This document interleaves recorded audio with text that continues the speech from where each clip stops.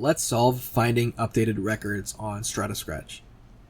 They say we have a table with employees and their salaries, but some of the records in this table are old and have outdated salary information. We have to find the current salary of each employee by assuming that salaries increase each year. Then output the ID, first name, last name, department ID, current salary, and then order the table. Let's ignore this last part for now, and let's look at the data to better understand the question. They give us one table, employee salary, and if we look at it here, it just looks like a table with all the employees at the company, right? We have their names, salaries, department IDs. And one of the first things we notice is that there's duplicates. We have Todd Wilson here, but then we have Todd Wilson here. And what this question is saying is that we want to keep this Todd Wilson with the greater salary because we are assuming, since salaries increase each year, and this Todd Wilson salary is of $110,000 is greater than this Todd Wilson salary of $106,000, that must mean this entry is more recent and more up to date, and this one is outdated and old. So we want to remove this row and keep this one. In the same way for Justin Simon, there's two Justin Simon entries. This one has a salary of $128,000 and this one has a salary of $130,000. We want to keep this one because the salary is greater and thus more up to date, and remove this one. Let's go to Paint to better see an example, right? This is the same little example I showed, right? We have our 5 rows, and what we want those 5 rows to essentially look like would be this. There's more data, but this is just this little subset of the table. In SQL, there's things called aggregate functions, which you may have heard. These are things like max, count, and sum. These are functions we can perform on the table to get, for example, the maximum of something, or the count of something, or the sum of something. So you may think, well, hey, let's find the max salary. The problem that arises is that if we say, hey, select the max salary from this table, it'll look at every salary in this table and return us the biggest one. We don't want that. What we want is to look at all the Todd Wilsons, this little group here of the table, and find the max salary in there and return that. We want to look at this little group of Justin Simons, right? And find the max salary in this little group, not the whole table, just this little subsection of the table. When we want to do something like this, use an aggregate function on groups of the table in small sections, we use what's called a group by in SQL. And the group by pretty much specifies, hey, how are the groups created, right? I just showed you, for example, this little group of Todd Wilson. How do we know we only want to look at these 2 rows and not the whole table, or not this, right?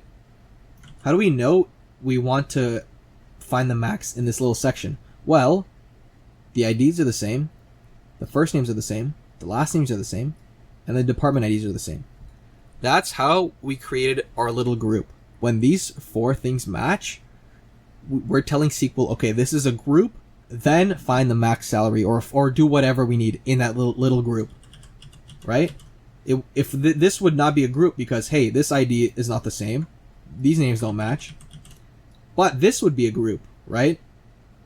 IDs match, names match, last names match, and department IDs match.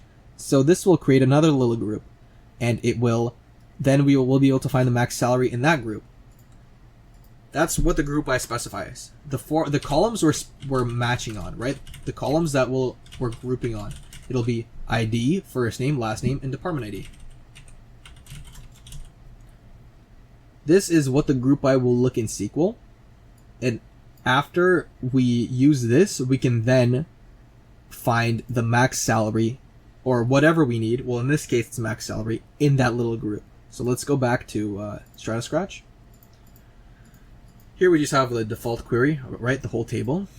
Let's write that group by, right? We're grouping by those 4 columns. ID, first name, last name, and department ID. ID, first name, last name, and department ID. Now, let's look at what they want us to output. ID, right? They're saying output the ID. Okay, ID.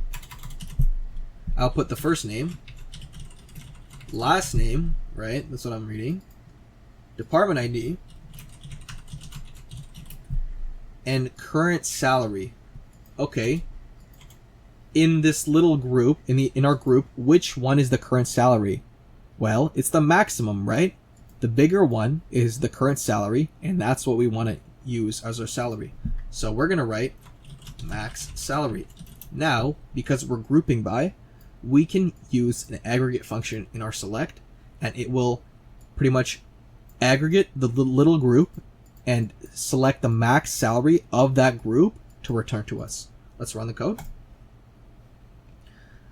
It's out of order for some reason, but here we can see ID of 1, Todd Wilson, right? Look at the salary it shows, 110,000. Out of these two, which one should it have returned? The bigger one, 110,000.